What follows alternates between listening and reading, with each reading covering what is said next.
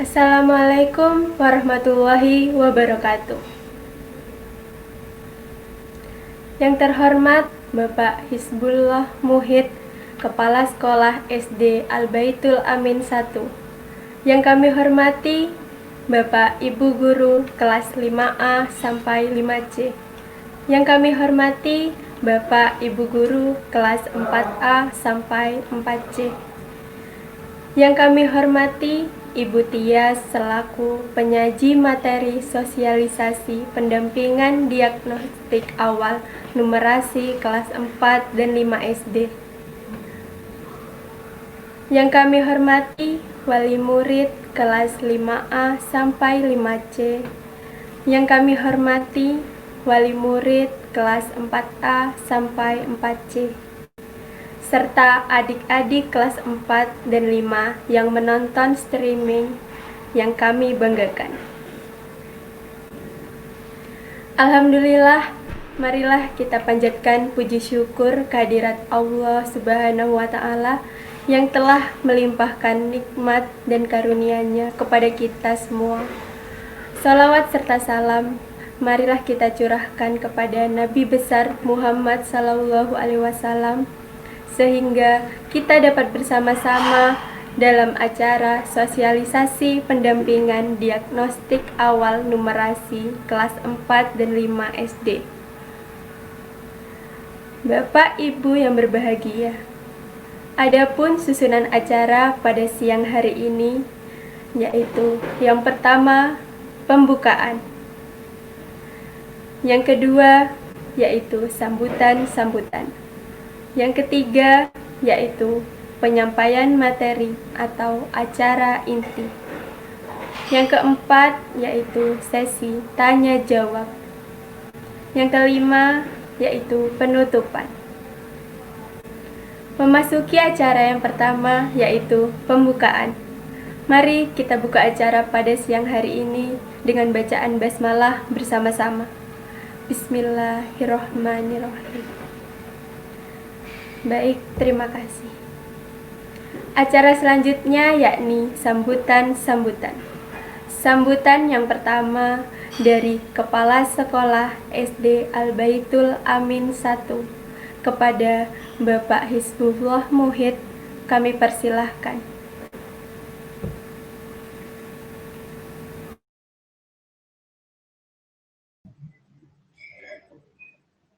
Terima kasih. Assalamualaikum warahmatullahi wabarakatuh.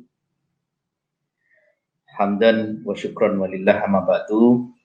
Yang kami hormati Ketua Komunitas Generasi Sadar Fondasi dan Berinovasi beserta tim.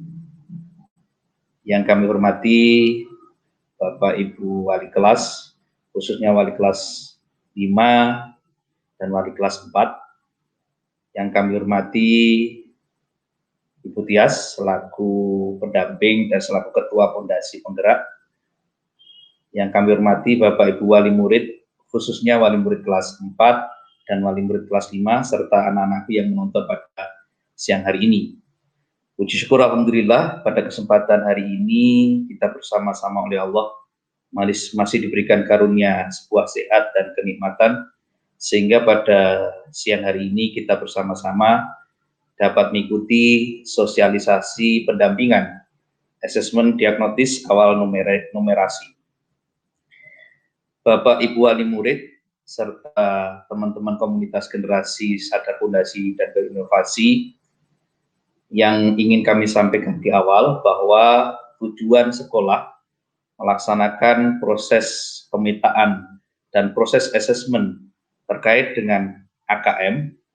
Salah satunya adalah mempersiapkan anak-anak kita, siswa-siswi, baik kelas 4 maupun kelas 5, yang insya Allah menurut sosialisasi dari Kemendikbud bahwa tahun 2021 akan dilaksanakan asesmen kompetensi minimum. Untuk itu, dalam mempersiapkan ini tentunya perlu ada tahapan-tahapan yang harus kita laksanakan. Salah satunya adalah mempersiapkan anak-anak dalam pemetaan numerasi. Kemudian yang kedua, bagaimana menumbuhkan semangat motivasi literasi. Dan yang terakhir nanti ada survei karakter. Nah, terkait dengan numerasi literasi, sekolah bekerja sama dengan Ibu Tias selaku Ketua Komunitas Generasi Sadar Fondasi dan Berinovasi. Mudah-mudahan dari sini nanti kerjasama ini akan menumbuhkan semangat motivasi terhadap anak-anak, orang tua, sekolah, dan guru wali kelas dalam memahami asesmen numerasi dan literasi. Untuk itu kami besar harapan dari wali murid juga, terutama wali murid kelas 4 dan kelas 5, untuk bisa memotivasi sekaligus mendampingi putra-putri kita dalam mempersiapkan AKM atau asesmen kompetensi minimum yang termaktub di dalam numerasi, literasi, dan karakter. Sehingga nanti putra-putri kita mampu di tahun 2021 betul-betul siap secara keseluruhan terkait dengan proses AKM ini. Nah, terkait dengan ini, tentunya sekolah akan terus memotivasi baik guru wali kelas, guru pendamping, maupun termasuk juga terkait putra-putri kita dalam mempersiapkan AKM. Kami tidak bisa berdiri di sini dan tentunya tanpa dukungan dan spirit juga dari komunitas generasi sadar fondasi dan berinovasi, sekaligus doa dari orang tua. Mudah-mudahan persiapan AKM ini betul-betul bisa matang, betul-betul mampu untuk bisa diterjemahkan kepada anak-anak kita, sehingga nanti pada tahun 2021 mudah-mudahan sekolah dapat melaksanakan AKM secara baik dan anak-anak mampu untuk menerjemahkan AKM secara maksimal. Itu harapan kita, sekaligus kami mohon untuk terus dimotivasi, sekaligus doa dari orang tua, baik itu di rumah maupun di tempat kalian sholat. Mudah-mudahan semuanya sehat, dan mudah-mudahan sekali lagi COVID-19 cepat berakhir, dan kita bisa berjumpa lagi di sekolah tercinta kita, sehingga AKM tidak bisa terlalu lama untuk dilaksanakan secara online, sehingga bisa mampu kita laksanakan secara tatap muka. Itu harapan kita. Sekali lagi terima kasih. Saya ucapkan terima kasih pula kepada Ibu Tias selaku komunitas generasi sadar fondasi dan berinovasi yang telah mensupport kami, bekerja sama dengan kami untuk membangun spirit anak-anak dalam mempersiapkan AKM di tahun 2021. Kurang lebihnya itu yang bisa saya sampaikan. Terima kasih. Assalamualaikum warahmatullahi wabarakatuh.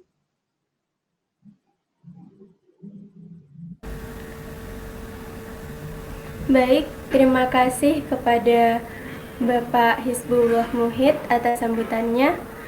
Sambutan yang kedua yaitu dari Wali Kelas 4C SD Al-Baitul Amin 1 kepada Ibu Sri Umi Rahayu. Kami persilahkan.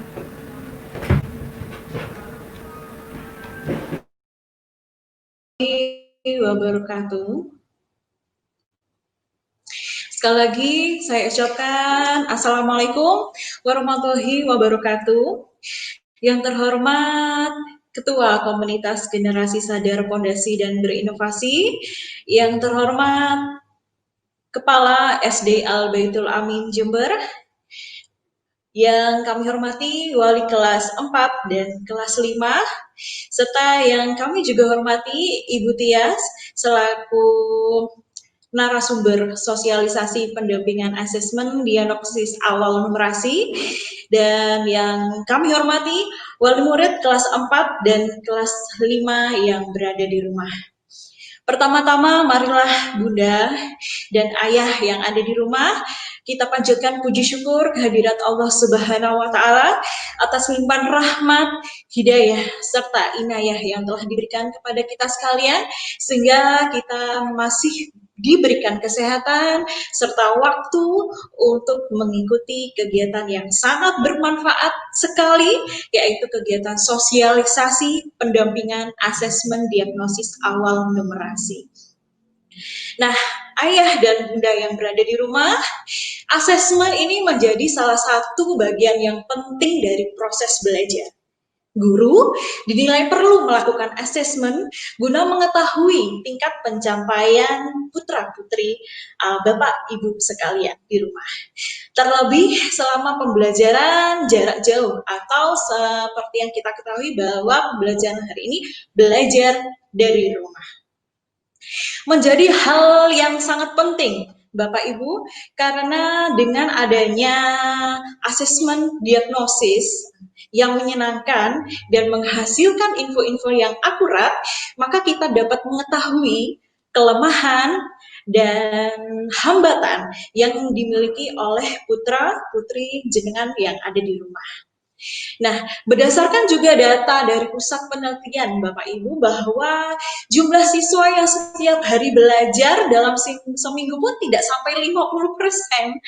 Sementara waktu belajar pun jadi berkurang karena adanya kondisi COVID-19 yang sehingga memungkinkan siswa untuk belajar dari rumah.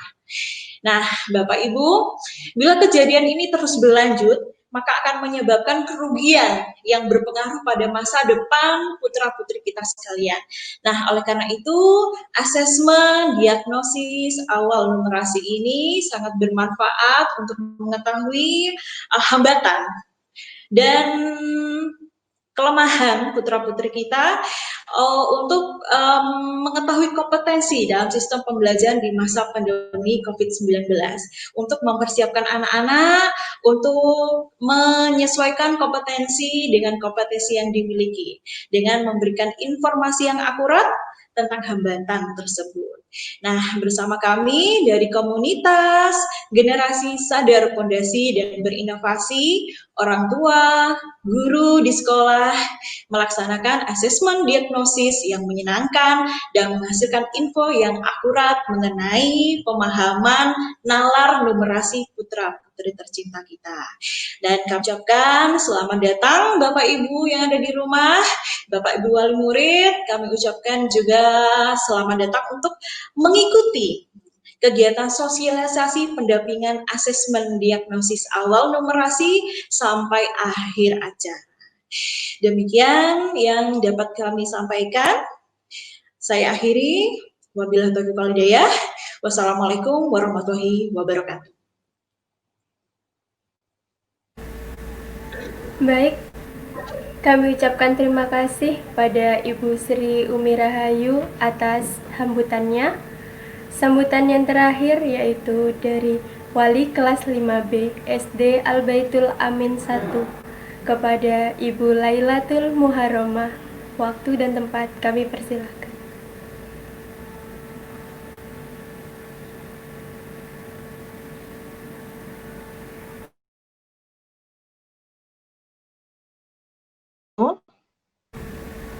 Baik, saya ulangi lagi. Assalamualaikum warahmatullahi wabarakatuh.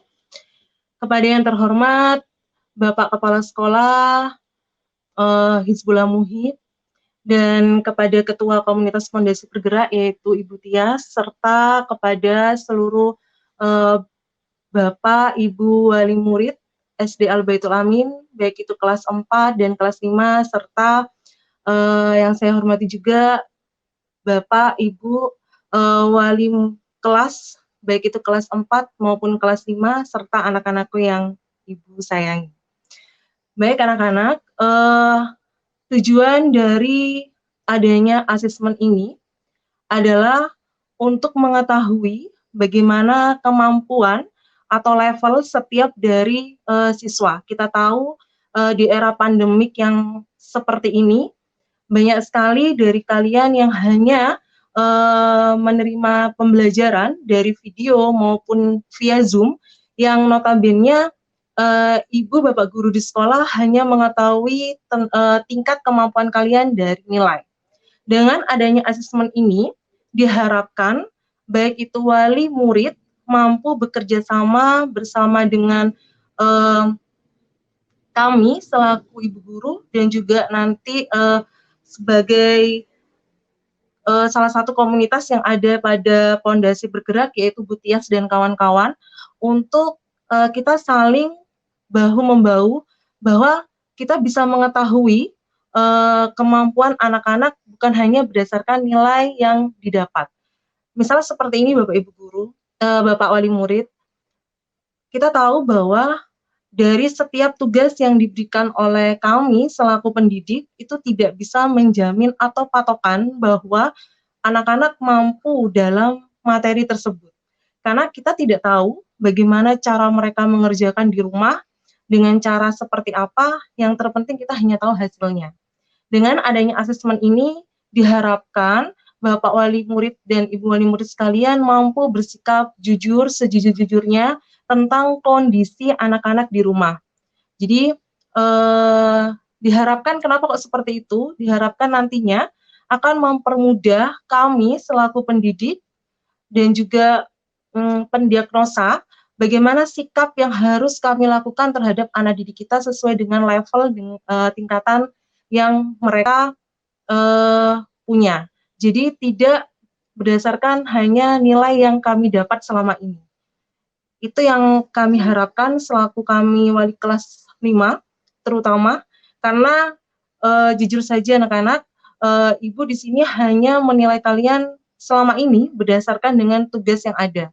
Diagnosa ini sangat membantu sekali kami selaku pendidik untuk memetakan dan untuk membuat media pembelajaran yang sekiranya nanti bisa kita gunakan untuk seluruh jenjang level, baik itu anak-anak yang berlevel tingkatannya yang berbeda.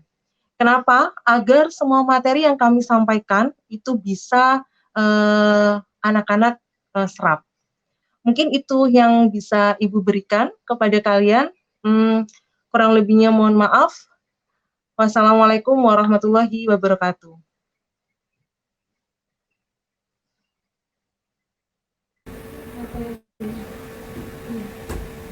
Terima kasih kepada Ibu Lailatul Muharramah atas sambutannya.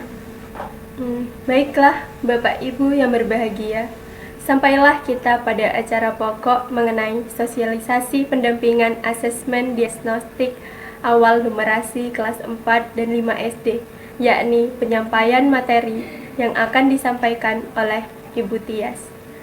Kepada Ibu Tias, kami persilahkan.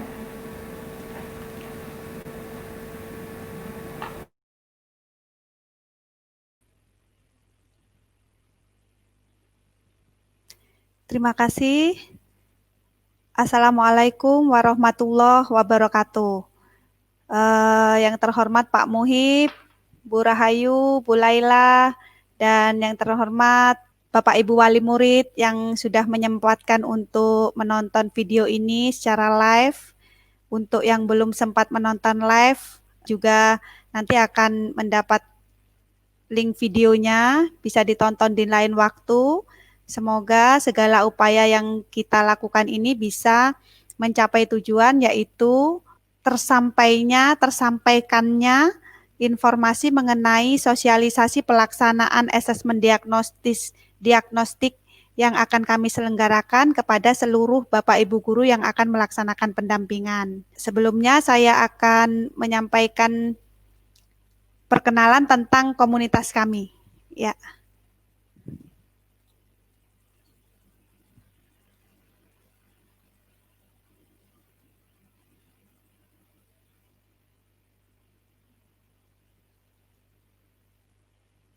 Share screen-nya.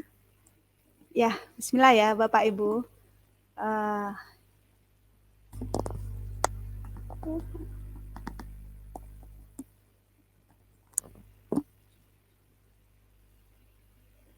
Nah, ini Bapak Ibu.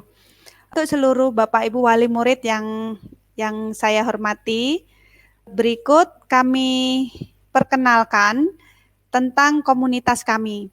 Komunitas kami adalah komunitas penggerak sadar Pondasi Berinovasi yang akan berkolaborasi bersama pihak sekolah, yaitu SD Al-Baitul Amin, dalam rangka untuk menguatkan pondasi, khususnya pondasi di bidang numerasi, literasi, dan karakter siswa.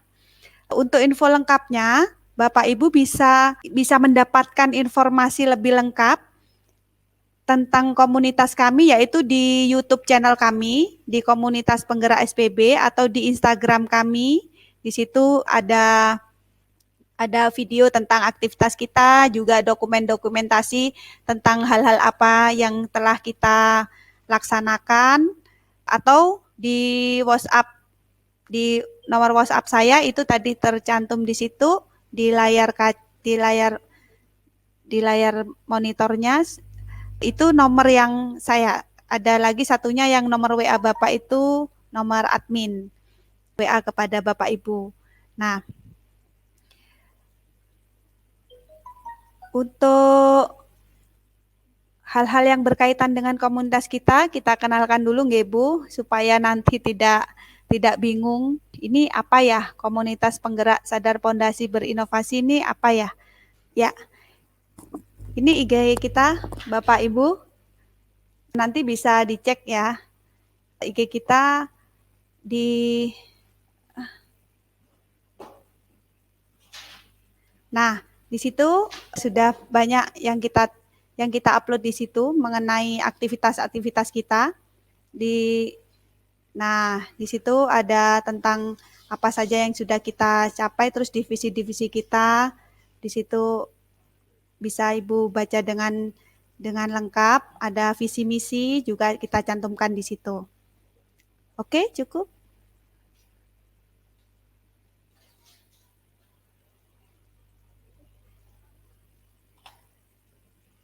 Ya, ini channel YouTube kita, termasuk video streaming ini ya, sudah Bapak Ibu bisa akses melalui channel YouTube kita, Komunitas Generasi SPB, yang nantinya bisa di-share ke teman-teman yang belum sempat menonton secara live, bisa menonton kapan saja di YouTube channel ini. Oke, siap. Nah, kalau ini menceritakan tentang dulu ya. Dulu kita itu, nama kita bukan Komunitas Penggerak Sadar Pondasi Berinovasi Bapak Ibu. Dulu komunitas kita itu komunitas cinta matematika. Tetapi berjalannya waktu, ternyata ada beberapa hal yang harus kita refleksi lagi, harus kita perbaiki, harus kita mantapkan lagi tujuan-tujuan utamanya. Akhirnya kita bertransformasi menjadi sebuah komunitas yang tidak hanya bergerak di bidang nalar matematika saja, tetapi kita juga berkomitmen untuk bergerak dalam rangka menguatkan literasi dan karakter siswa. Oke, sudah.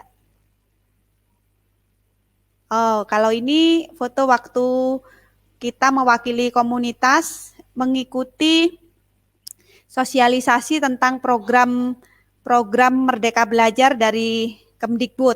Kenapa kita cantumkan di sini? Kita mau sampaikan bahwa setelah kami evaluasi, setelah kami renungkan, ternyata sampai saat ini kami sepakat bahwa program dari Kemdikbud yang dinamakan program Merdeka Belajar itu adalah program yang sesuai untuk dapat memaksimalkan kemampuan nalar putra-putri kita. Jadi dalam rangka itu kita bekerja sama dengan pihak sekolah untuk dapat istilahnya mengadaptasi hal-hal yang dapat mempercepat proses mentransformasi pendidikan yang terintegrasi teknologi, yang dapat menyesuaikan diri dengan kebutuhan skill-skill di abad 21.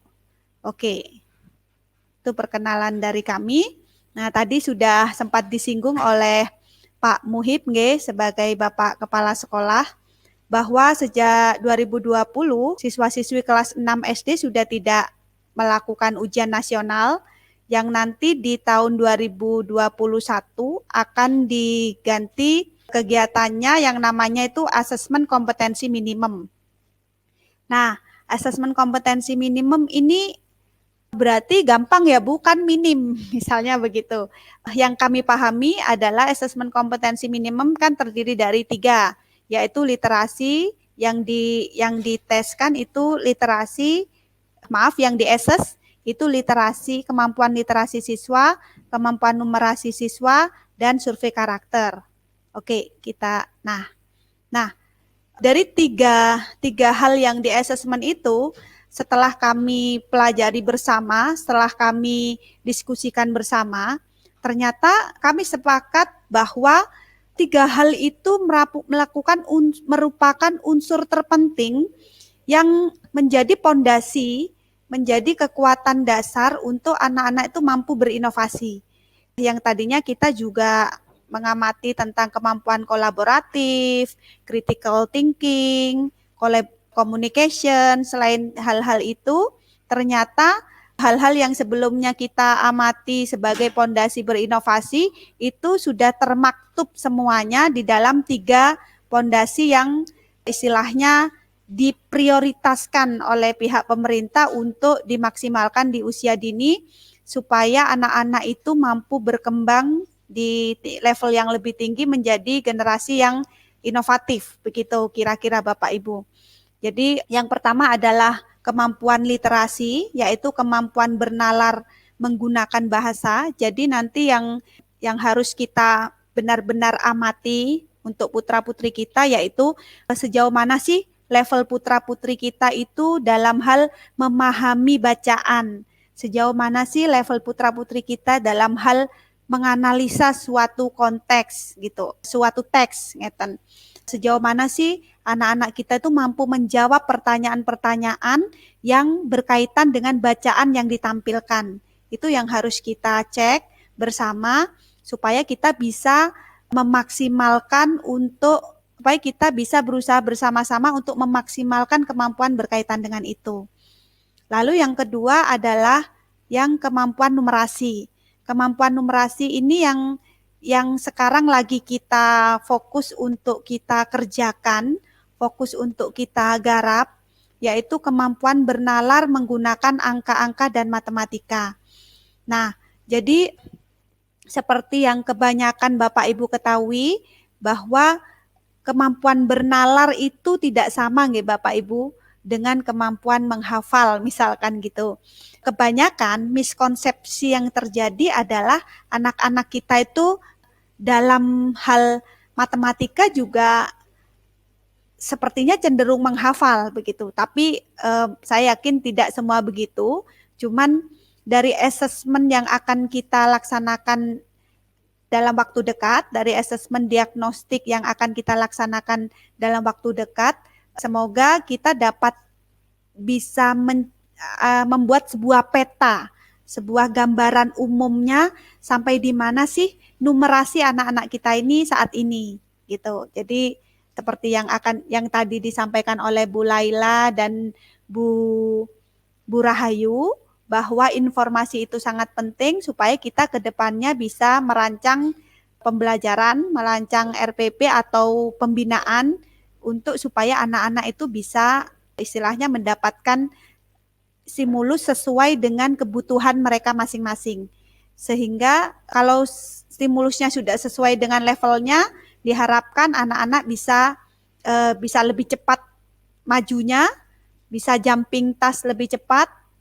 Akhirnya anak-anak juga terlayani dengan baik karena sesuai dengan apa yang dia butuhkan, ngeten. Lalu yang ketiga adalah yang kami yakini adalah juga sebagai pondasi berinovasi.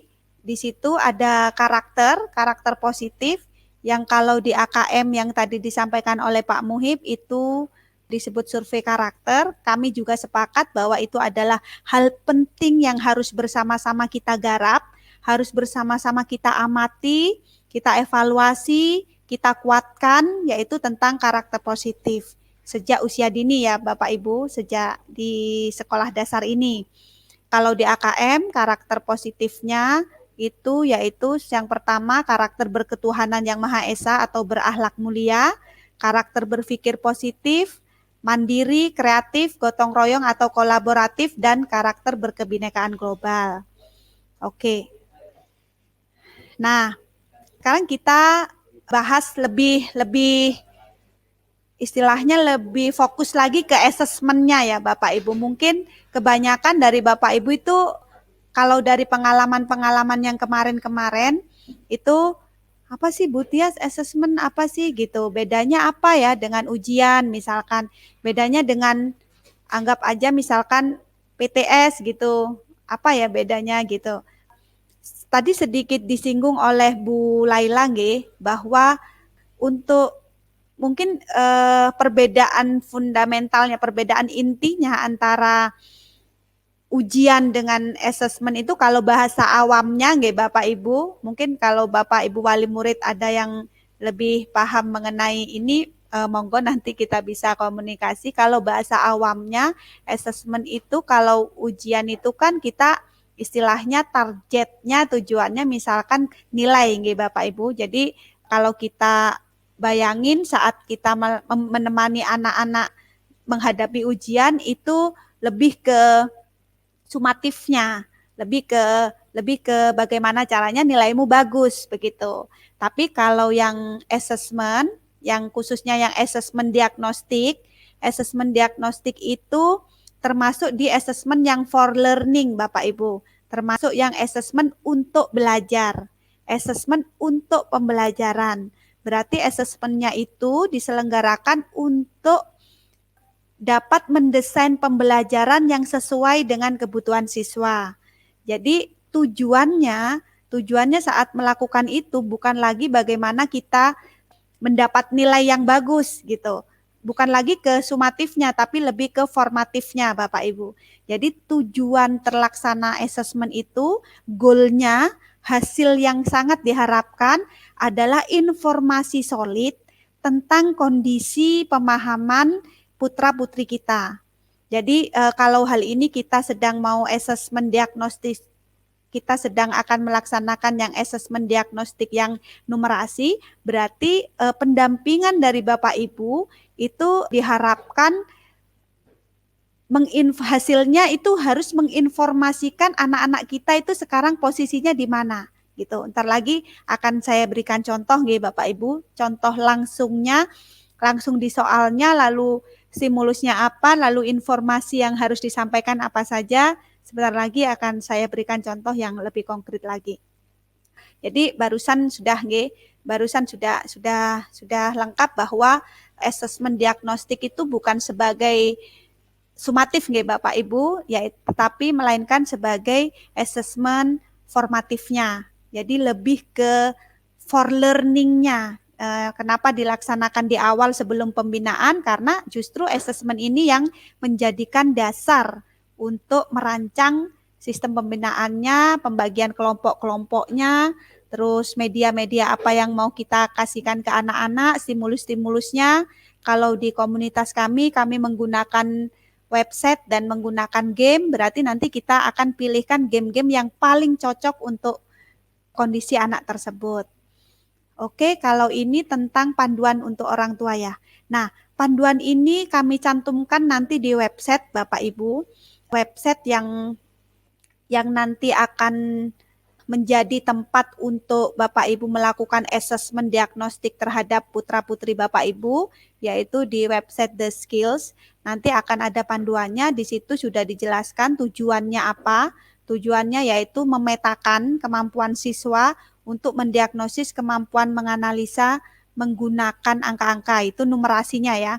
Selain itu juga supaya kami bersama-sama sekolah dapat mendesain program pembelajaran yang sesuai dengan level masing-masing siswa. Sudah sangat jelas sekali nggih Bapak Ibu, tadi sudah berulang-ulang kali kita bahas tentang itu.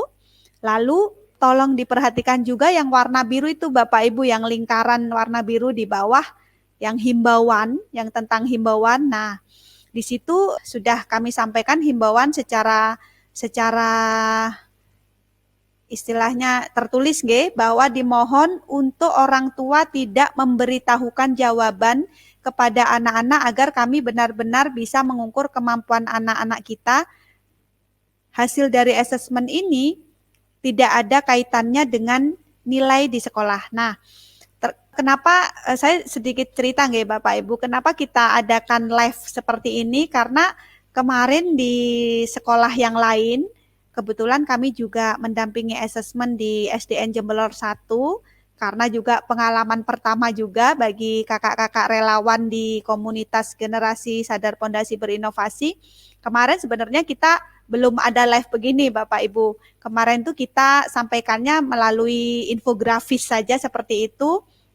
Nah, ternyata kurang mengena nggih, ternyata kesadaran orang tua untuk tidak mengarahkan anak untuk seketika itu langsung ke jawabannya itu masih rendah, karena begitu dilihat hasilnya ternyata jawabannya rata-rata semuanya benar, dan saat saya hubungi via telepon masih ada miskonsepsi mengenai konsep-konsep yang seharusnya sudah dimiliki oleh putra-putri kita.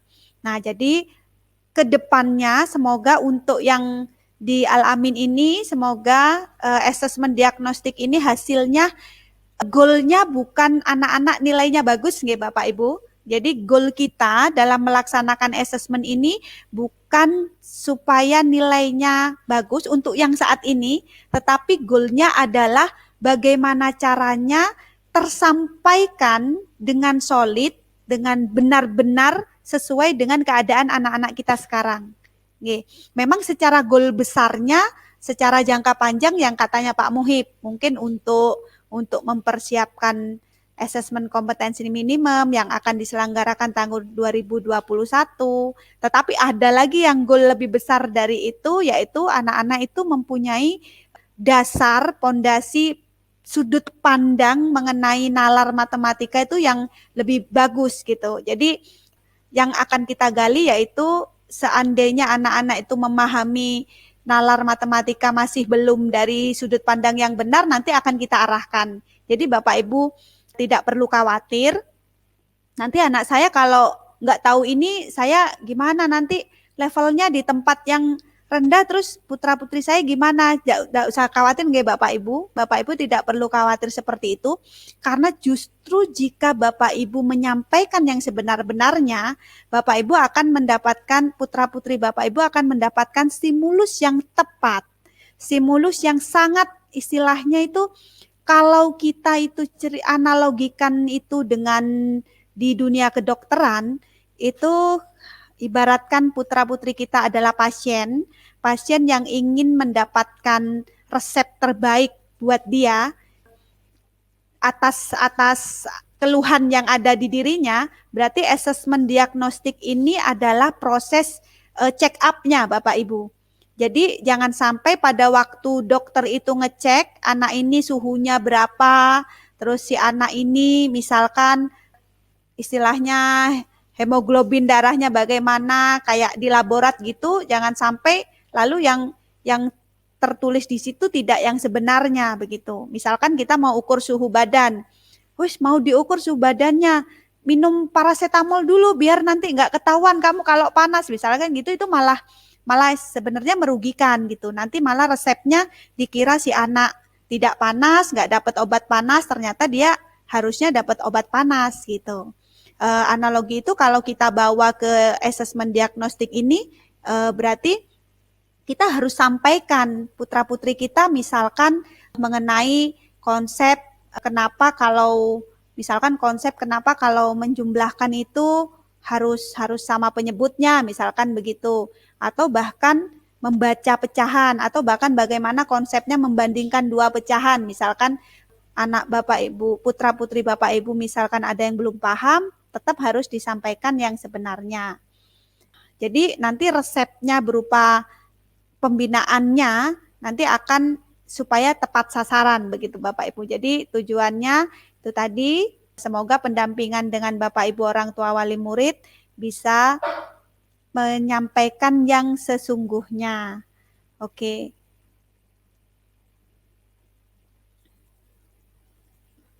Kita lanjut. Nah, ini sepintas nggih Bapak Ibu, nanti Bapak Ibu akan mendapatkan kode login untuk bisa mengerjakan asesmen dari kita.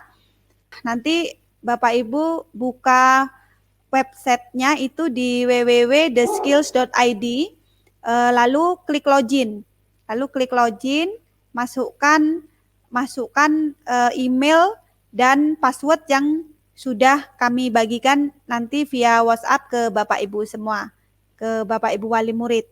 Jadi langkah pertamanya kita login dulu, berarti ini sepintas saya beritahu cara untuk login, tapi nanti untuk lebih jelasnya lagi bisa Bapak Ibu komunikasikan pertanyaan-pertanyaan yang muncul di WhatsApp atau di admin, petugas admin. Jadi sepintas kita bahas cara loginnya dulu. Masukkan emailnya, lalu masukkan passwordnya, lalu klik login. Ya. Nah, setelah login,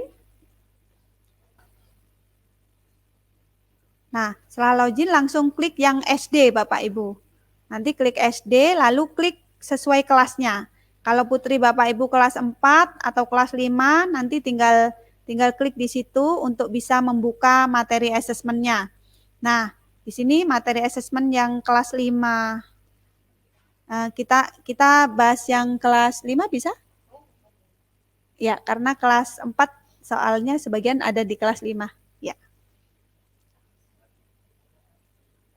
Nah, jadi nanti putra-putri Bapak Ibu yang duduk di kelas 5 itu akan mendapatkan materi-materi soal yang itu mulai kelas 3 dan kelas 4.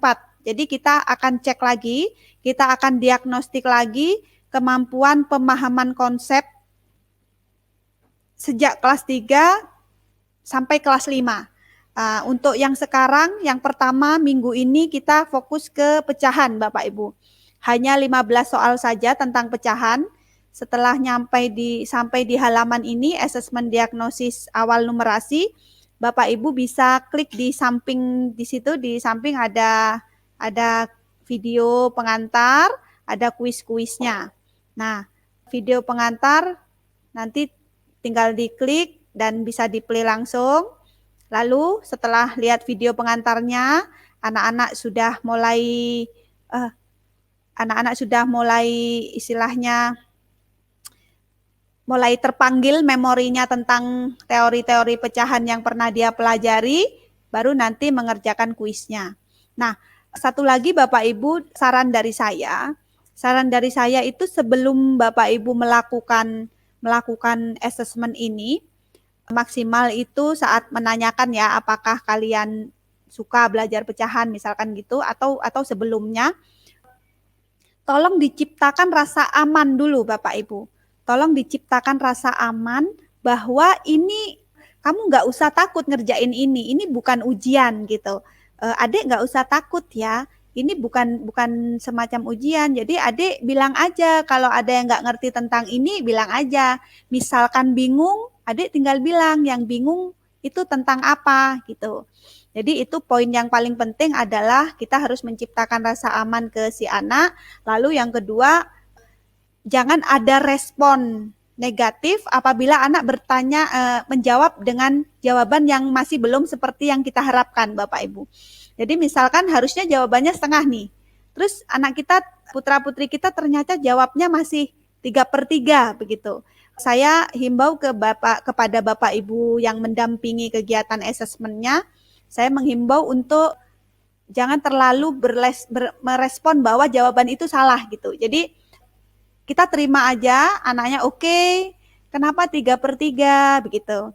Meskipun salah kita lanjut aja, kita cuman lihat oh dia salahnya dari mana. Jadi justru tugas dari Bapak Ibu yang mendampingi untuk kegiatan asesmen ini, tugas utamanya adalah terus menggali, kita memotret kenapa dia jawab seperti itu gitu. Jadi memotret dalam arti bukan potret yang ini ya Bu, jadi kita memotret melalui brainstorming istilahnya, kenapa 3/3 gitu. Oh ternyata kamu ngiranya begini ya, oh gitu. Oke, lalu bagaimana lagi? Nah itu yang kami harap untuk dituliskan. Kasih contohnya ini Bapak Ibu, yang ini minimal kita harus menciptakan rasa aman dulu, anaknya diusahakan untuk tidak takut. Misalkan dia ditanya, suka nggak pecahan? Misalkan, enggak, misalkan gitu ya jawabannya. Kenapa nggak suka? Misalkan gitu. Atau suka, misalkan gitu. Kenapa suka? Ya pecahan seru sih, gampang-gampang soalnya, misalkan gitu. Nah itu kita tulis di kolom di bawahnya. Misalkan seru, soalnya mudah, misalkan gitu. Nah jadi Bapak Ibu tinggal ketikkan di bawahnya. Kalau misalkan tidak suka, membingungkan, itu silahkan ditulis.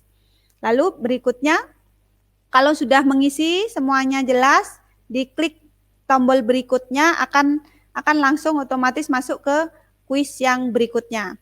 Nah, misalkan contohnya yang ini Bapak Ibu.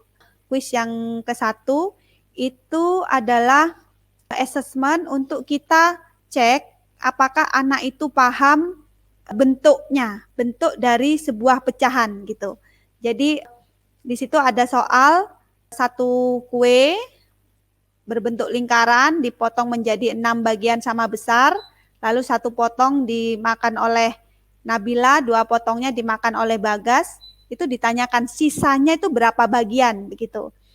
Kalau untuk kelas 5 mungkin masih mudah nggih, tapi tidak sedikit juga anak yang duduk di kelas 5 juga kadang masih belum bisa menginterpretasikan sisa kue yang tersisa itu pecahannya berapa sih gitu. Jadi masih ada anak yang misalkan jawabnya masih 3/3 kadang ada yang menjawab masih 3/3. Kenapa 3/3? Jadi seperti yang disepakati tadi, kita tidak boleh terlalu merespon negatif kalau anaknya salah, justru kita wajib untuk terus menggali. Oh 3/3 ya, misalkan ini kita kasih contoh yang salah aja ya. Oh 3/3, kenapa kok 3/3 ya? Kan sisanya 3, yang dimakan 3. Nah itu alasan itu yang harus kita potret. Jadi yang info penting yang harus benar-benar disampaikan adalah mengapa kamu jawab begitu. Itu yang harus disampaikan nggih Bapak Ibu pada saat nanti mendampingi assessment. Misalkan anaknya bilang karena sisanya 3, yang dimakan 3 gitu. Jadi kita via assessment itu tahu oh dia mengkonstruksi pecahan ternyata berpikirnya seperti ini. Jadi sejauh mana kemampuan kognitifnya dia dalam memecahkan masalah ini nanti kita bisa ukur dan kita bisa desain untuk pembelajarannya. Seperti itu Bapak Ibu. Lalu berikutnya sama, jadi kita gali lagi, misalkan ini yang untuk soal nomor 2, untuk yang kelas 4 kemarin rata-rata itu kadang masih bingung, tapi saya yakin kalau yang kelas 5 kebanyakan akan sudah bisa menjawab dengan benar. Tapi saya ingatkan lagi, seandainya pun putra-putri Bapak Ibu ada yang belum bisa menjawab ini dengan benar, silahkan disampaikan, nanti akan ada stimulus khusus untuk supaya bisa mengkonstruksi nalarnya. Nalarnya soal yang ini adalah anaknya itu harusnya mampu menghitung sepertiganya.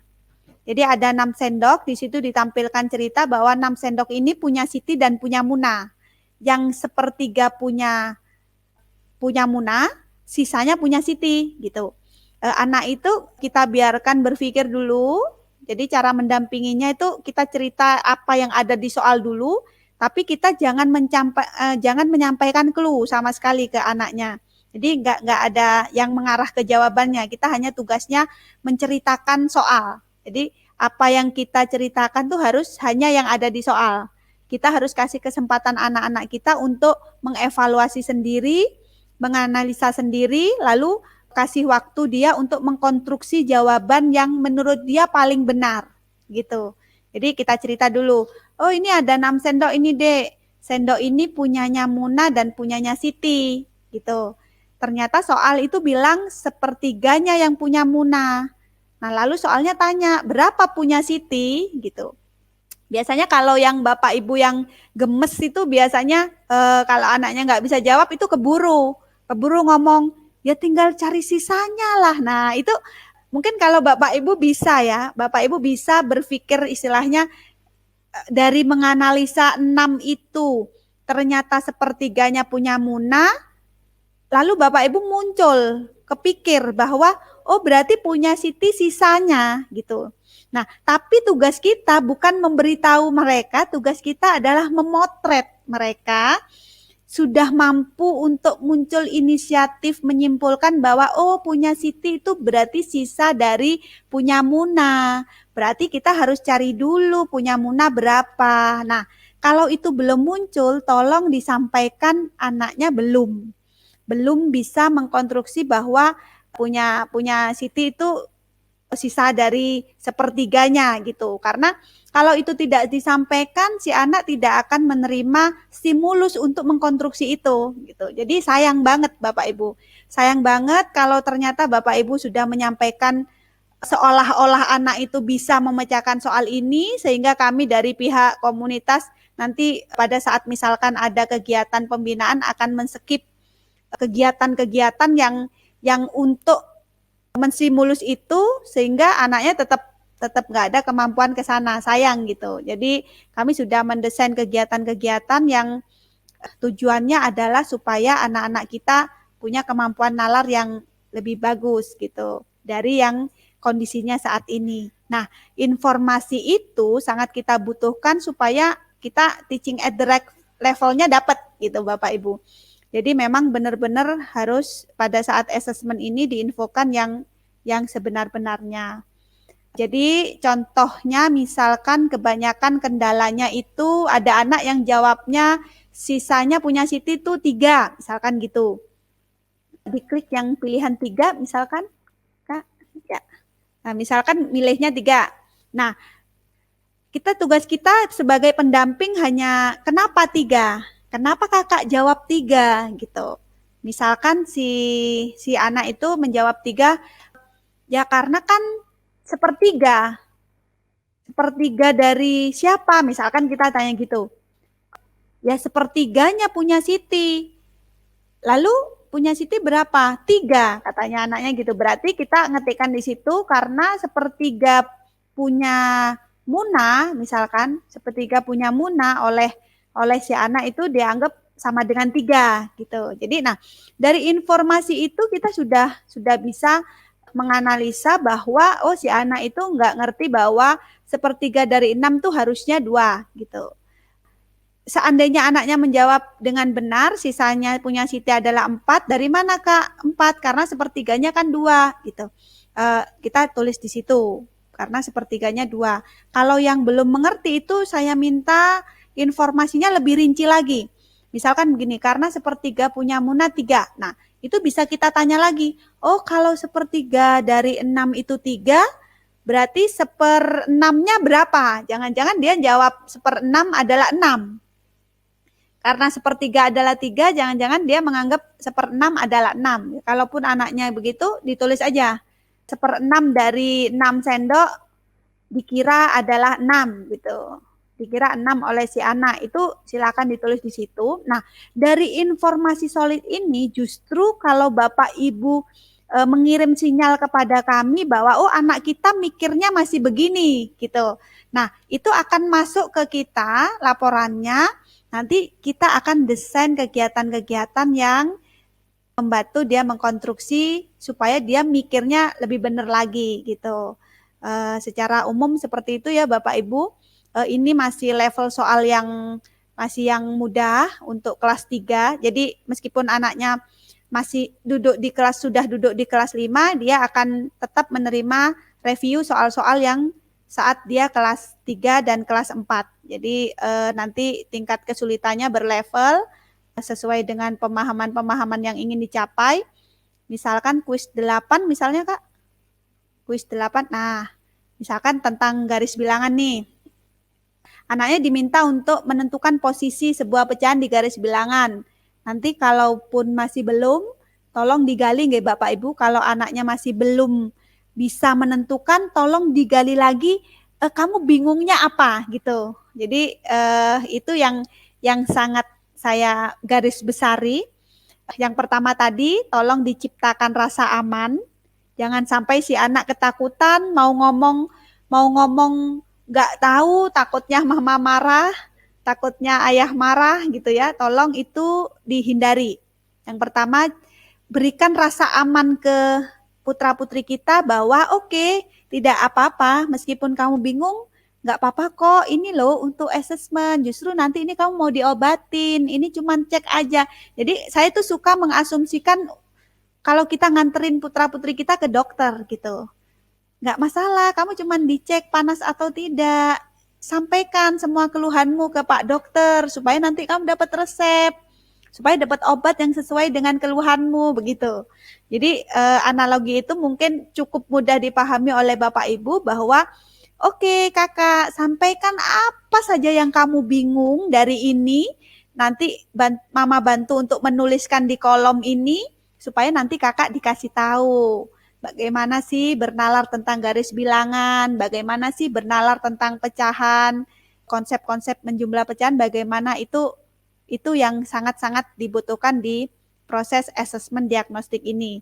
Yang sebenarnya kalau kita bertemu langsung sebenarnya lebih mudah nggih Bapak Ibu, tapi karena kita harus pembelajaran jarak jauh, kemarin juga kita pernah melakukan aksi datang keliling ke rumah-rumah, ternyata juga kami mendapat istilahnya beberapa himbauan untuk mengurangi kegiatan yang melibatkan interaksi dengan secara langsung gitu. Jadi pendampingan ini, acara live ini adalah ujung tombak kami untuk bisa menyampaikan kepada Bapak Ibu bahwa adalah sangat penting untuk menyampaikan kondisi putra-putri kita yang sebenarnya saat ini supaya nanti ke depannya kalau ada kegiatan pembinaan, kegiatan live-live tentang istilahnya tentang pelatihan itu nanti kita akan tepat sasaran ngeten. Nggih. Oke, lanjut misalkan lagi bisa contoh soal yang level terakhir. Oh ya. Nah, yang 13 mungkin Kak. Ya. Nah, misalkan ini yang untuk kelas 5 ya. Untuk kelas 4 nggak dapat soal yang seperti ini hanya yang kelas 5. Misalkan aku punya sekumpulan pensil, 4/5 dari total pensilku adalah sebanyak 24 pensil. Aku akan mengambil 1/3 dari total pensil. Berapa banyak pensil yang harus aku ambil? Nah, ini lebih rinci lagi nggih Bapak Ibu, karena di sini kan juga ada beberapa pal-pal yang memang harus tersampaikan. Jadi misalkan aku mempunyai sekumpulan pensil, 4/5 total pensilku adalah 24. Nanti kalau anaknya oke, bisa jawab dengan benar, itu tolong disampaikan bagaimana proses dia menemukan jawaban. Oke, jadi pengalaman kemarin ada kelas 5 yang mengisi asesmen itu, bapaknya bilang begini, kebetulan saya telepon itu katanya yang dampingi kan papinya, katanya gitu. Mbak, siapa yang dampingin gitu ya? Oh, papi. Oh iya, boleh. Terus nggak cerita ya ke papi bagaimana cara mendapatkan jawaban. Enggak gitu. Jadi waktu ditulis di situ, papinya itu menulis responnya itu ayahnya nulisnya begini, anaknya menghitung sendiri sehingga ketemu jawabannya misalkan 10 gitu ya atau 13 gitu. Sehingga ketemu jawabannya 13 gitu. Jadi contoh seperti itu kalau bisa diminimalisir nggih Bapak Ibu. Kita ambil pelajaran dari yang sudah-sudah. Benar anaknya menemukan sendiri jawabannya misalkan 13, tapi tolong ditulis di situ, ditanyakan ke anaknya, "Kakak 13 dari mana? Kakak dapat jawaban 13 ini ngitungnya bagaimana?" Itu tolong ditulis di kolom deskripsi. Misalkan, "Oh, itu kan 4/5-nya tuh 24 pensil. Ya, jadi aku mikirnya cari seluruhnya dulu berapa." Misalkan si anak sudah ke tahap sana. Oh gitu. Bagaimana kamu nyari seluruhnya? Misalkan ya tak bagi dulu, misalnya gitu itu tolong ditulis. Tolong ditulis jawaban adalah 13. Misalkan jawabannya 13 nggih. Tapi ini jawabannya harusnya enggak 13. Misalkan jawaban adalah 13. Lalu disampaikan mula-mula si anak mencari keseluruhan dari total pensil, misalkan gitu, dengan cara, nah itu. Jadi yang kami butuhkan info solidnya adalah cara si anak menemukan jawaban itu bagaimana juga tolong disampaikan di situ Bapak Ibu. Seperti yang dibahas tadi ya, karena itu akan mempengaruhi kegiatan stimulus-stimulus yang akan diterima oleh anak-anak kita. Mula-mula misalkan mencari total keseluruhan dengan cara bla bla bla apa. Lalu saya cari sepertiganya dengan cara bla bla bla, misalkan gitu. Nah, Bisa diisi seperti itu, lalu selesai semuanya sudah tersampaikan, bisa diklik ke soal berikutnya. Cukup jelas nggih Bapak Ibu? Jadi sama untuk semua soal perlakuannya sama, yaitu disampaikan dibantu kami untuk supaya bisa menginformasikan ke Bapak Ibu guru juga. Jadi kegiatan ini akan bisa diakses oleh Bapak Ibu guru.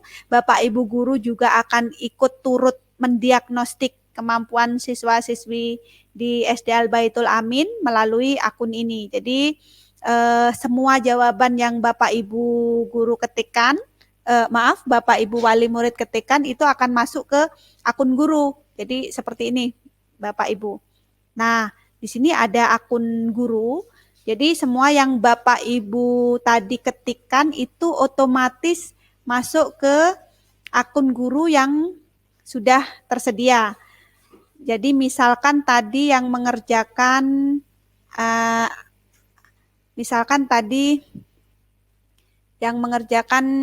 siapa tadi ya? Oh, Denta. Tadi mengerjakan pakai punya Denta contoh ya. Oke. Misalkan tadi mungkin harus di logout dulu yang Denta Kak, enggak?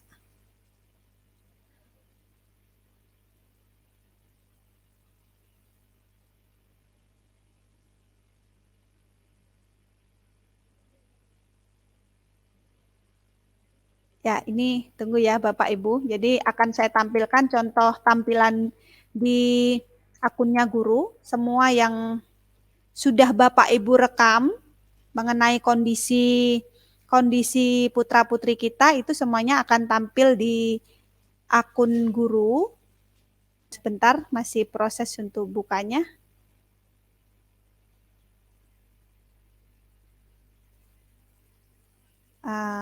Masih ada kendala ya.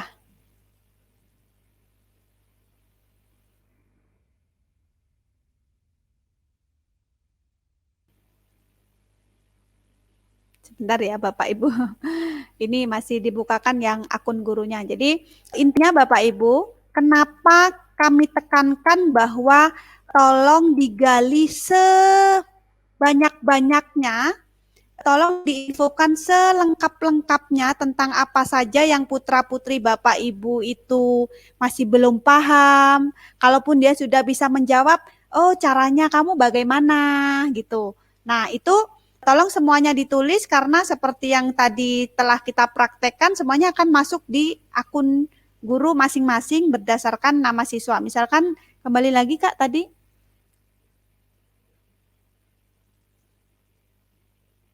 Nah, ini misalkan kita pakai contoh salah satu guru tadi kita buka yang Bu Siti Masito ya, Kak ya. Nah, ini misalkan Bu Siti Masito punya di kelas 5A ada 30 murid, semua otomatis akan yang Bapak Ibu ketikkan akan masuk ke akun Bu Siti Masito secara detail. Jadi Bapak Ibu sudah mulai bisa paham nggih Bapak Ibu betapa pentingnya uraian yang Bapak Ibu tulis sesuai dengan kondisi putra-putri Bapak Ibu saat ini pemahamannya sampai mana karena justru ini yang akan kita jadikan dasar. Oke, dibuka yang atas nama siapa tadi? Adenta ya. Nah, itu tadi contoh murid kita pakai akun atas nama Denta, akun kita sendiri, bukan akunnya salah satu murid. Jadi di situ misalkan Bapak Ibu menuliskan karena sisanya 3 yang dimakan 3, si anak jawabnya 3/3. Nah, dari situ kita sudah kelihatan. Nah, ini yang akan kita jadikan dasar untuk menyusun hasil asesmen diagnostiknya. Lalu, jadi tolong disampaikan nggih Bapak Ibu. Tadi ini yang kita coba ini kan 3 soal ya. Jadi yang masuk ke sini yang 3 soal yang barusan kita coba 4 ya. Yang satunya yang ya atau tidak itu tadi ya kalau kuisnya 3 yang pertanyaan pertama itu 4 dengan yang apakah kalian suka pecahan yang gitu. Nah jadi di sini di kolom uraian itu yang akan sangat kita perhatikan kalau benar salahnya tidak terlalu pengaruh Bapak Ibu anaknya mau jawab benar juga akan kami evaluasi alasannya kenapa dia jawab begitu, anaknya jawab salah pun akan kita evaluasi dia salahnya di mana begitu. Jadi yang poin pentingnya justru adalah yang di kolom yang Bapak Ibu tulis. Ngeten nggih. minta tolong pada saat mendampingi asesmen, ibaratkan Bapak Ibu itu adalah apa ya, kayak asisten dokter, misalkan kita asumsikan, kita ilustrasikan itu sebuah aktivitas check up, kita memeriksakan anak kita ke dokter, Bapak Ibu itu seperti asisten dokter yang membantu untuk interview kepada pasien gitu, atau justru anggap Bapak Ibu itu dokternya ngeten, karena kita kan lagi tidak bisa tatap muka nggih. Jadi disampaikan di situ dengan sedetail-detailnya. Kalau Bapak Ibu ada hal-hal yang kurang, istilahnya kurang paham, monggo nanti bisa WA dengan kami atau dengan Bapak Ibu guru, dengan wali kelas, monggo. Yang penting tujuan kita adalah membuat peta besar tentang kemampuan nalar putra-putri kita saat ini.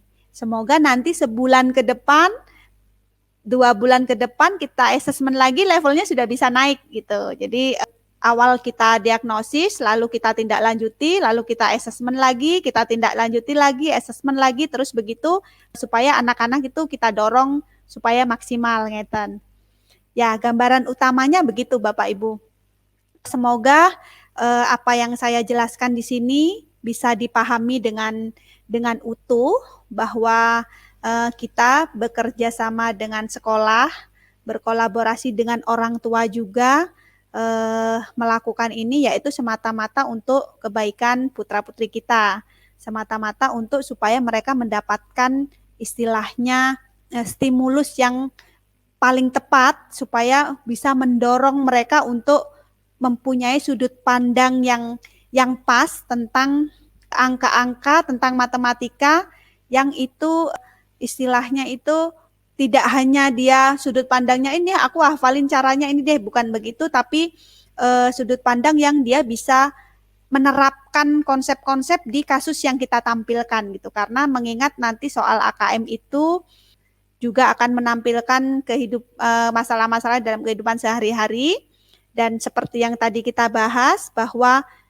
di atas AKM motivasi utama kita adalah kelak kalau anak-anak kita itu sudah menginjak dewasa, diharapkan dia termasuk generasi yang bisa menerapkan pemahaman numerasinya gitu dalam kehidupan sehari-hari, ngeten Bapak Ibu.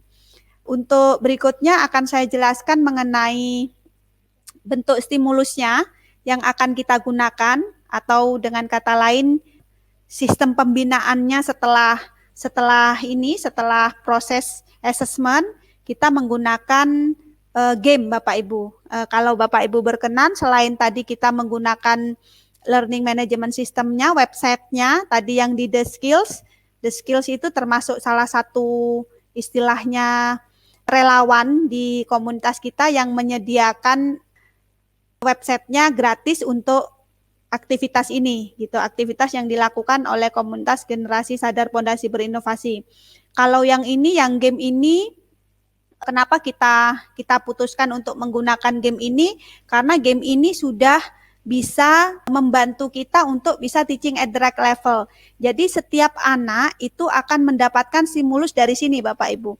Misalkan dia tadi ada anak yang tidak bisa menginterpretasikan sisa pizzanya, yang anak ini masih nggak ngerti ya kalau 3 potong dari 6 potong keseluruhan, jadi keseluruhan yang dipotong jadi 6 lalu diambil 3 bagian itu adalah setengah, dia belum ngerti. Nah berarti dia harus kita kasih stimulus kegiatan-kegiatan yang mengkonstruksi itu.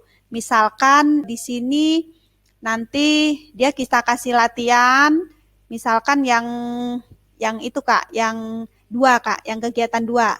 Nah, di sini misalkan kita kasih latihan, sebelum ini nanti di websitenya akan ada video saya, Bapak Ibu. Jadi saya akan menjelaskan dulu tentang, saya sudah membuat rekamannya, video saat saya, bagaimana saya mengoperasikan istilahnya game ini. Jadi saya buat video dulu, nanti anaknya saya kasih tugas dari sini untuk menyelesaikan praktikum-praktikum, stimulus-stimulus yang sesuai.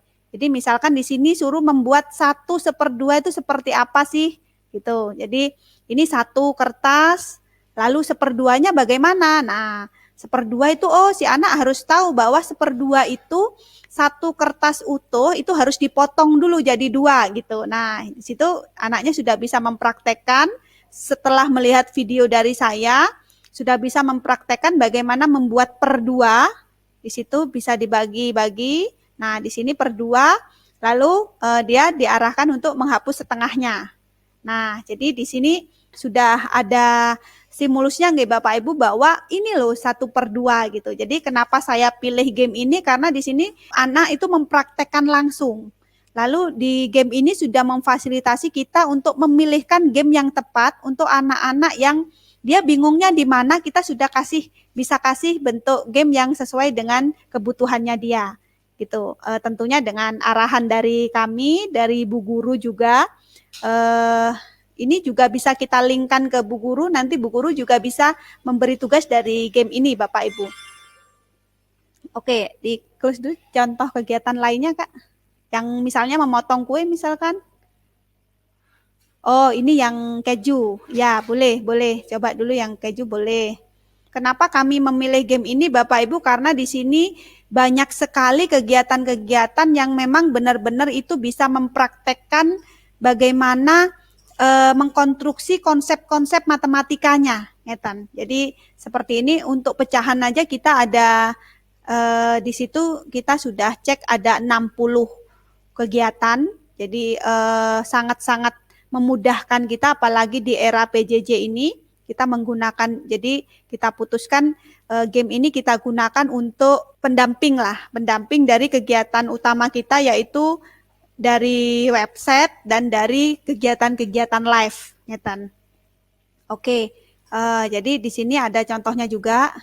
Misalkan di situ suruh menutup 4/2/3 roti. Nah, di situ sebelumnya di websitenya si anak itu sudah nanti ini kita bicara kalau sudah pembinaan nggih Bapak Ibu.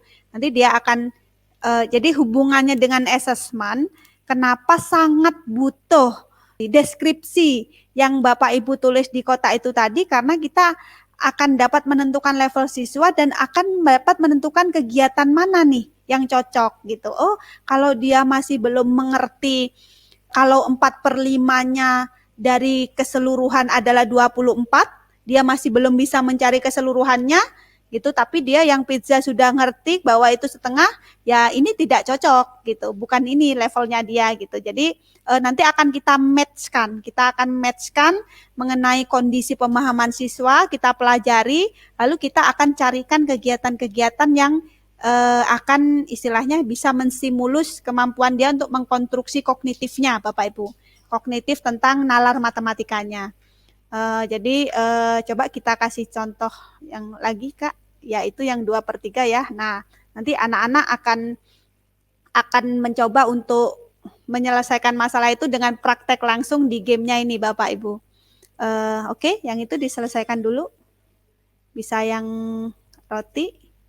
Oh, itu roti sudah, yang kue? Yang kue? Ya. Nah, jadi bisa kita lihat nanti ini level-levelnya sudah sangat runtut sekali Bapak Ibu. Jadi si anak itu akan pertama tadi kita butuh informasi dia ada di level di mana. Kalau dia mendapat praktikum yang sudah sesuai dengan kemampuannya, dia akan senang untuk mempraktekkan. Si anak juga akan dapat petunjuk-petunjuk dari guru, bagaimana konsep yang harus kalian terapkan untuk menyelesaikan ini.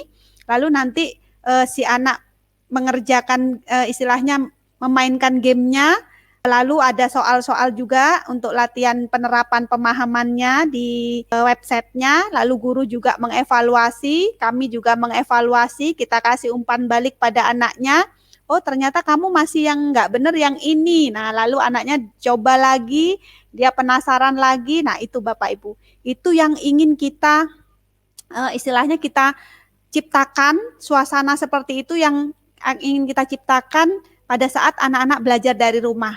Jadi insya Allah kami percaya kalau anak-anak belajarnya menyenangkan, lalu dia merasa terpenuhi apa yang dia bingungkan, ternyata dia lalu jadi tahu gitu ya, jadi dia jadi senang gitu, oh ternyata gitu ya, oh ya, akhirnya dia tertantang Bapak Ibu, akhirnya si anak-anak kita itu akan enjoy, akan menikmati, nalar matematika itu ternyata seru ya, gitu. Aku mau lagi, aku mau yang lebih seru, aku mau yang lebih seru gitu. Jadi berkebalikan dengan kalau kita memaksakan si anak membahas hal-hal yang itu materinya sudah tinggi, tapi ternyata dia yang dasar-dasar belum ngerti gitu.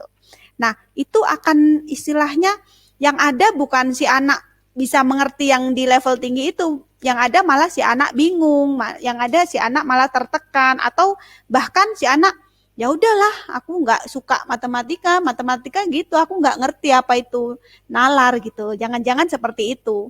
Nah, kalau kita binanya mulai level yang sesuai, si anak sudah merasakan senang, merasakan tertantang, insya Allah si anak akan lari terus gitu. Jadi itu yang kaitannya kenapa kita butuh pada saat asesmen diagnostik, kita butuh informasi yang sebenar-benarnya. Oke, yang lanjut Kak. Itu dibagi 3 dulu. Kan itu satu kue, piringnya 3, berarti kuenya harus dipotong menjadi 3. Nah, nanti nanti si anak itu akan kepikir, oh ternyata 1/3 itu satu kue untuk 3 piring gitu. Ini yang untuk konsep dasar nih. Oke, diselesaikan. Ini yang untuk konsep dasar. Tapi nanti ada level-level yang lebih tinggi. Contoh lagi misalkan yang menuang itu di mana ya? Ini ya. Yang menuang ini. Oh iya, oke itu. Nah, jadi setelah tadi yang konsep misalkan yang memotong keju, terus yang memotong kue, membagi kue ke piring-piring, lalu yang kotak-kotak itu sudah kita cobakan, ternyata anak sudah mulai, oh pecahan tuh gitu. Nah, nanti kita akan kasih kasus lagi yang lebih sulit lagi gitu. Jadi kita dorong anak-anak untuk menyelesaikan kasus-kasus yang lebih sulit, tetapi di atas mereka sudah paham dasarnya gitu. Jadi gambarannya itu seperti itu nanti pembinaannya Bapak Ibu. Jadi misalkan ini ada jus nih, ada jus di gelas, di situ ada keterangannya jusnya 2 liter. Lalu gelasnya itu maksimal isinya 1 liter, 1 liter, 1 liter. Ada 3 gelas. Nah, bagaimana kita membagikan 2 liter jus ke dalam 3 gelas itu supaya isi gelasnya itu adalah sama banyak gitu. Nanti kita stimulus anak-anak apakah anak-anak bisa menyelesaikan ini, tapi tentunya seperti yang saya terangkan tadi dengan sebelumnya sudah ada pengantar-pengantar istilahnya jurus-jurus yang bisa dia gunakan menyelesaikan ini. Nah, konsep sebenarnya pengantar-pengantar itu sudah kita rancang, itu adalah konsep-konsep inti nalar gitu Bapak Ibu. Jadi insya Allah dengan cara begini kami percaya nanti jangankan hanya soal AKM, soal olimpiade yang level sudah C4, C5 pun akan bisa diselesaikan dengan baik, atau justru secara jangka panjang soal-soal yang ada di dalam kehidupan sehari-hari, di dalam pekerjaan, di dalam lingkungan, itu akan diselesaikan dengan mudah karena sejak awal kita melatihnya sudah problem solving skill. Jadi kita percaya bahwa belajar matematika itu bukan hafalan rumus gitu. Belajar matematika itu adalah melatih kemampuan kita menyelesaikan masalah-masalah dalam kehidupan sehari-hari menggunakan konsep-konsep angka, menggunakan konsep-konsep matematika gitu. Jadi kayak ada 2 sisi yang berbeda gitu.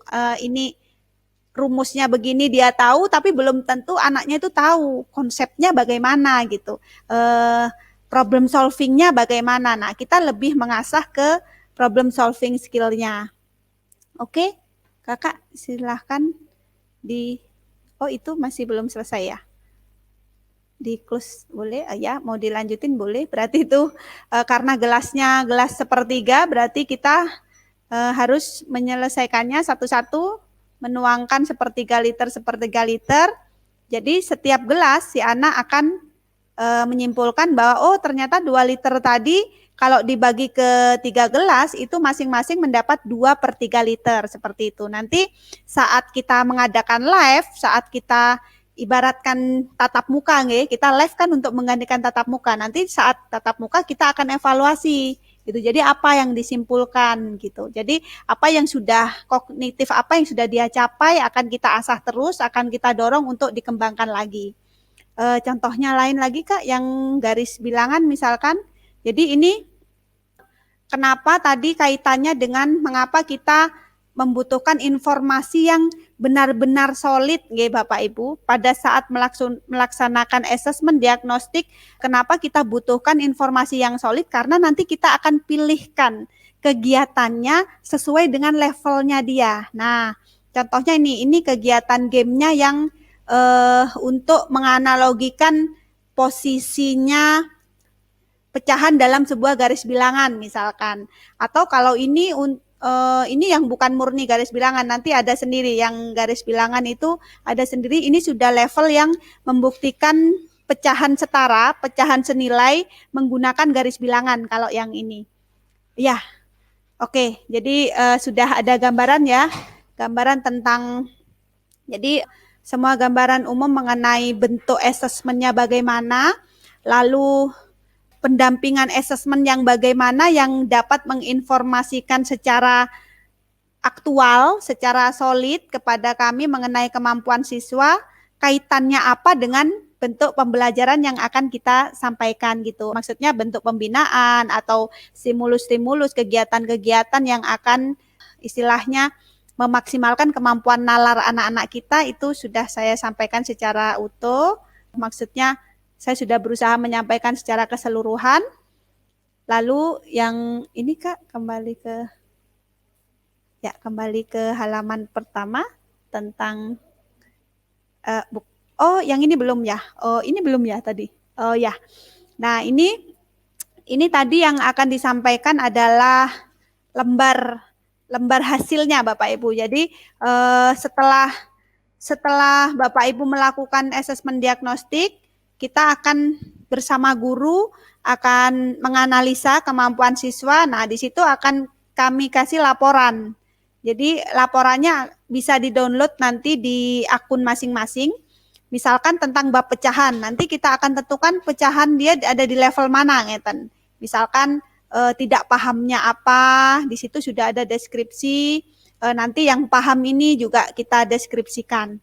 Jadi intinya ini hanya contoh ya Bapak Ibu, itu yang perkalian pembagian itu untuk kelas 4, di kelas 5 nanti KPK, FPB dan lain sebagainya.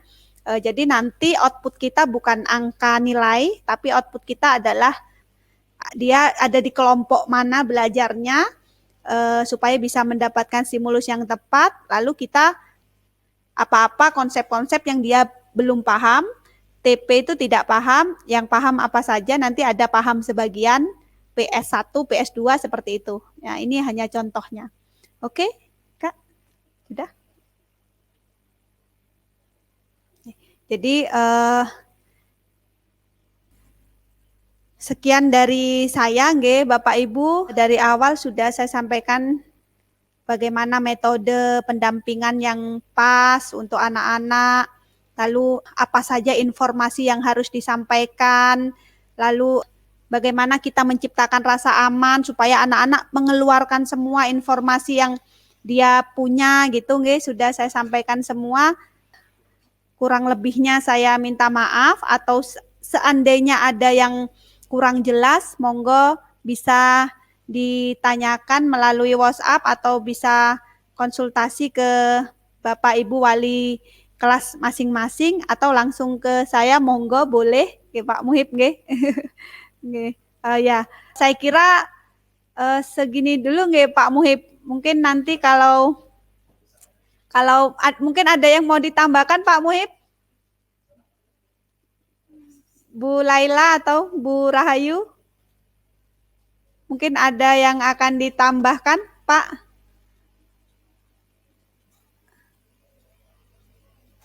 Di-unmute dulu ya? Sudah di-unmute belum?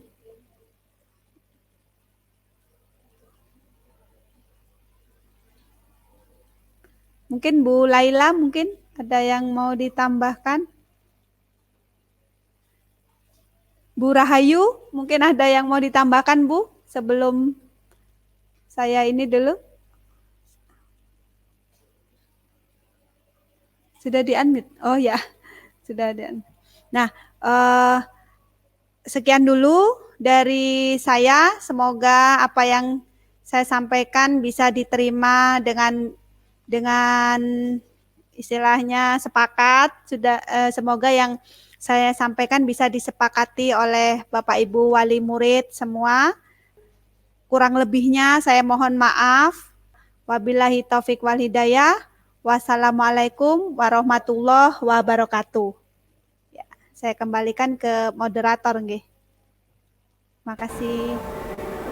Baik, kami ucapkan terima kasih kepada Ibu Tias atas materi yang telah disampaikan. Bapak Ibu yang kami hormati, acara selanjutnya yaitu memasuki sesi tanya jawab.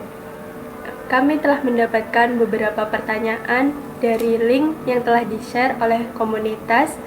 Berikut pertanyaannya, akan saya bacakan. Pertanyaan pertama yaitu, bagaimana menjelaskan konsep operasi angka yang tertuang dalam bentuk soal cerita?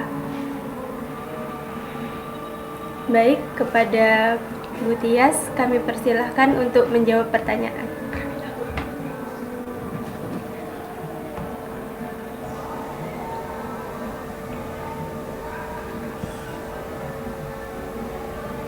Maaf. Halo Kak, bisa Halo, diulangi Bu lagi Tias. Kak soalnya Oh, Kak. Maaf pertanyaannya baik, Bu tadi Tias. bisa diulangi lagi. Baik, Bu Ya, Tias. saya kurang jelas. Nomor 1, bagaimana menjelaskan konsep operasi gaya yang tertuang dalam bentuk soal cerita? Sudah jelas belum, Bu Tias? Bisa saya bacakan kembali, Bu? Bagaimana menjelaskan konsep operasi angka yang tertuang dalam bentuk soal cerita? Baik, Bu Tias.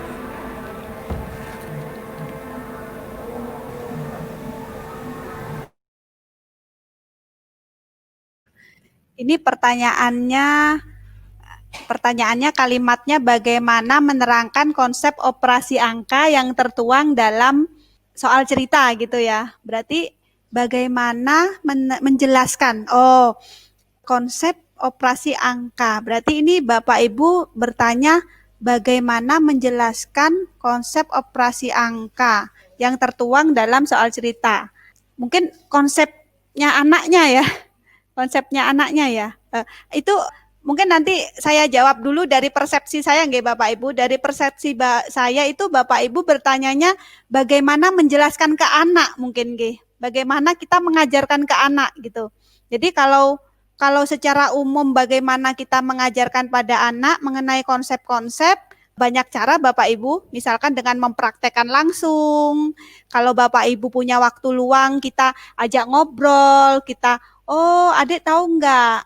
Setengah itu seperti ini loh. Setengah itu bukan sekedar tulisan 1, shred 2, itu bukan. Setengah itu ada artinya. Kita kasih contoh-contoh. Setengah itu 1 kue, dimakan 2 orang sama banyak. Nah itu konsep.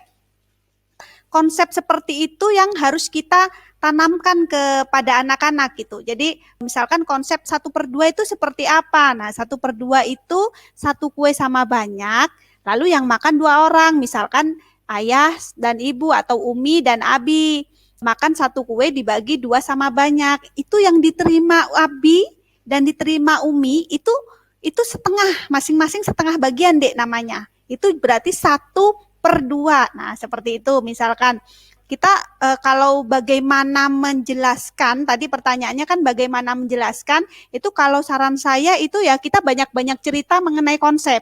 Memang kita harus tahu dulu, kita harus paham dulu konsep yang akan dicapai apa sih gitu. Misalkan mengenai konsep kecepatan, misalkan begitu. Kecepatan itu berarti ya ini Dek, berarti ya kalau dia berjalannya 1 jam, berapa jarak yang dia tempuh, itu namanya kecepatan. Jadi kalau dia jalannya hanya setengah jam, ya kita tampilkannya tetap harus per jamnya. Kalau yang diketahui dia setengah jam 20 km setiap setengah jam, berarti kecepatannya dia per jamnya berapa? Yang ditanyakan kan per jam, Dek. Berarti kita harus bagaimana, dia kalau setengah jam 20 kilo, dia 1 jamnya berapa gitu. Kita sampaikannya itu per jam. Konsepnya kecepatan itu menunjukkan berapa jauh jarak yang dia tempuh dalam waktu tertentu. Nah, misalkan gitu. Jadi anak-anak, saran saya itu kalau Bapak tanyanya itu atau Ibu tanyanya itu bagaimana menjelaskan, saran saya itu kuasai dulu konsepnya, lalu kita rancang sebuah cerita yang mengantarkan si anak itu sampai dia memahami gitu, sampai dia paham apa itu konsep yang akan kita sampaikan tadi gitu. Nah, lalu jangan lupa untuk refleksi nggih Bapak Ibu. Refleksi itu begini, Adek ngerti nggak yang Umi ceritakan tadi? Coba Adek bikin contoh lain gitu. Lalu kita amati, dia bikin contoh lain sudah sesuai apa belum? Kalau dia masih contohnya kurang pas, kita kasih masukan lagi begitu. Kalau Bapak atau Ibu itu tanyanya tentang bagaimana kita menjelaskan konsep supaya anak-anak bisa mengerjakan soal cerita, saran saya adalah banyak-banyak kita ajak berinteraksi untuk menyelesaikan masalah-masalah yang sederhana dulu.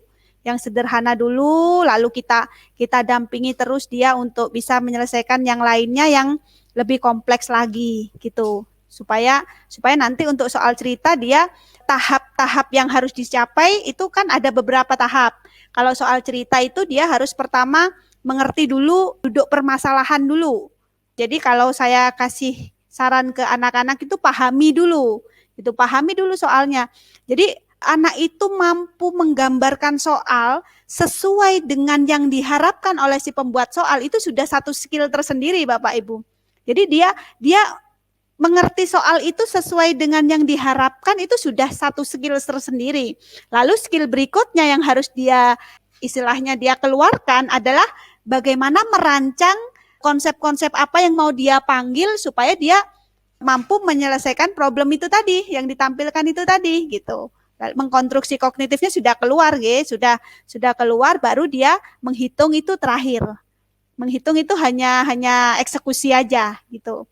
Kalau dari perspektif saya, kalau tidak salah dari pertanyaan Ibu itu tadi bagaimana mengajarkan pemahaman angka-angka ke anak-anak untuk menyelesaikan soal, jawaban saya begitu. Tapi kalau pertanyaannya itu bagaimana dalam rangka melakukan diagnostik, itu seperti yang saya sampaikan tadi, digali kenapa dia menjawab seperti itu, sampaikan apa adanya, lalu usahakan kita tidak memberikan respon negatif terhadap jawaban anak yang salah gitu. Jadi kalaupun salah, kalau masih diagnostik tuh jangan kasih respon dulu. It's okay gitu. Jadi nggak masalah kamu salah, nggak apa-apa. Yang penting kamu ceritain deh, kamu yang ada di pikiran adik itu apa sih gitu. Itu cara terjitu supaya anak bisa nanti mendapatkan stimulus yang sesuai dengan levelnya dia gitu. Semoga saya nggak salah paham pertanyaannya tadi. Saya kok kurang bisa menerjemahkan kalimatnya. Ya, mungkin ada Bapak atau Ibu guru yang mau jawab, Bu? Yang mau bantu jawab, atau sepertinya ini ke saya ya pertanyaannya. Oke, sudah cukup perwakilan nggih Bu nggih? Saya yang jawab nggih Bu? Ya. Oke, lanjut Kak. Baik, Bu Tias, terima kasih. Ya. Terima kasih atas jawabannya. Kita lanjut ke pertanyaan kedua sekaligus pertanyaan terakhir, yaitu ingin mengetahui lebih lanjut tentang proses asesmen meliputi apa saja nantinya. Begitu Bu Tias. Kami persilahkan Bu Tias untuk menjawab. Sudah jelaskah Bu Tias? Ya. Berarti ke proses asesmennya nggih. Berarti seperti yang tadi sudah saya sampaikan dari awal, bahwa proses assessment ini yaitu dengan menjawab. Jadi tolong dibedakan nggih Bu, ini bukan AKM nggih, berarti ini beda. Assessment diagnostik awal dengan AKM itu sudah beda Bapak Ibu. Kalau yang assessment diagnostik awal ini seperti yang saya jelaskan tadi, tujuannya adalah untuk memotret putra-putri kita itu sejauh mana sih nalarnya saat ini, hari ini gitu. Supaya anak-anak itu mendapatkan stimulus yang tepat dari Bapak Ibu guru, dari istilahnya kalau ada mau kegiatan di komunitas, dari komunitas gitu. Jadi informasi assessment ini yang akan digunakan oleh guru, oleh pembina untuk memberikan kegiatan-kegiatan yang sesuai dengan kebutuhan siswa. Prosesnya seperti tadi yang sudah dijelaskan, yaitu dengan menjawab pertanyaan-pertanyaan yang itu sudah kami desain untuk bisa mengecek konsep-konsep yang inti-inti gitu. Konsep-konsep inti yang perlu dia ketahui sudah kami cantumkan di situ.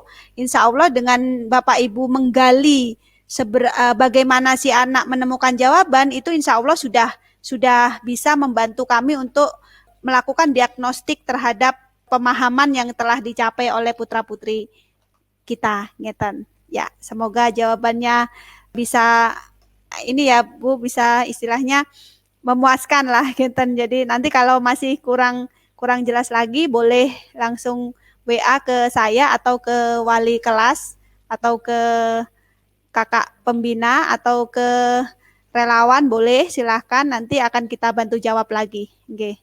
Terima kasih dari saya. Sekian. Wassalamualaikum warahmatullahi wabarakatuh.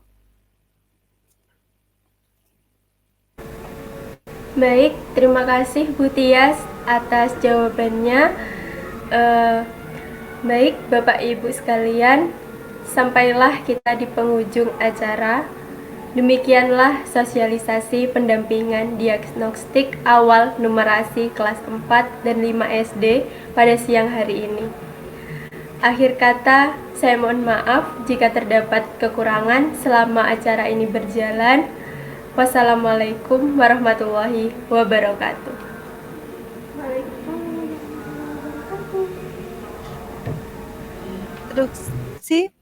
Instruksi.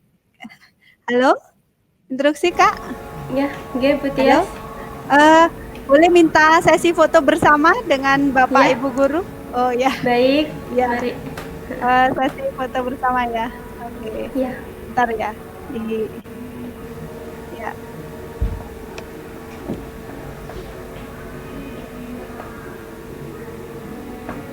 Sudah siap Kak? Bentar, masih disiapkan. Bisa pakai screenshot. Ya, 1,